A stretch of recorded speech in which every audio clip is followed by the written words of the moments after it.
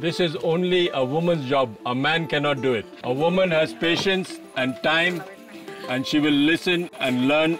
If you train a man, he wants to leave the village and go somewhere else looking for a job. Our mission is about creating a just world without poverty. The Why Poverty Week is a very, very important week.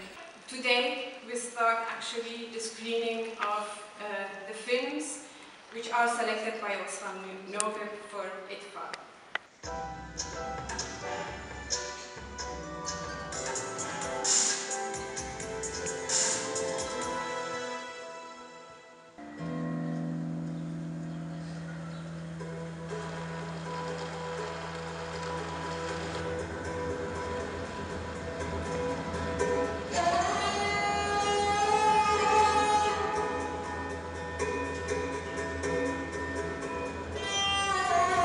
ودي أنتج.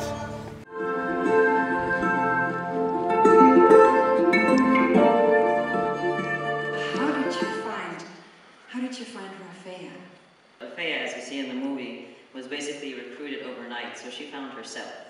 She jumped at the chance to pack her bags and leave her village and her life and get an education for 6 months. Did they get the teaching as well on life after the training? She had to deal with a culture shock of going back home, and she had extreme confidence and became infectious in the village. But then as time passes, and the equipment took 6 months to arrive, it gave her husband a shot to go and do his business to prove that he was a man and provide. And it is a daily struggle. She did convince the women when she first came back, she was on Jordanian state television, that this was going to work, but they are living in a cycle of poverty and hopelessness, but the college did provide the training to train other women. Because in the school the entire time, when one of the women wasn't learning as quickly, then it's the women in the class, the students, that helped train them and better them. So they had lots of training on teaching others, yes. There's another question over there. We've seen her in almost all the scenes with a lot of makeup. And also in some of the scenes, which were actually quite sad, she was smiling.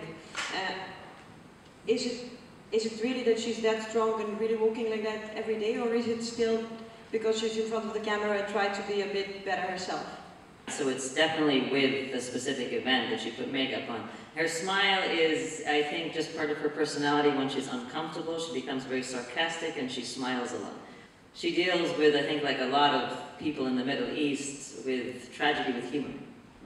And that's what makes her very pleasant to be around even in the worst of times. Yeah, I can honestly say she's not different with the camera or not without the camera. She's probably a little bit more raw and sarcastic without the camera. She was conscious, I think, when we first came back 24 hours after she left India.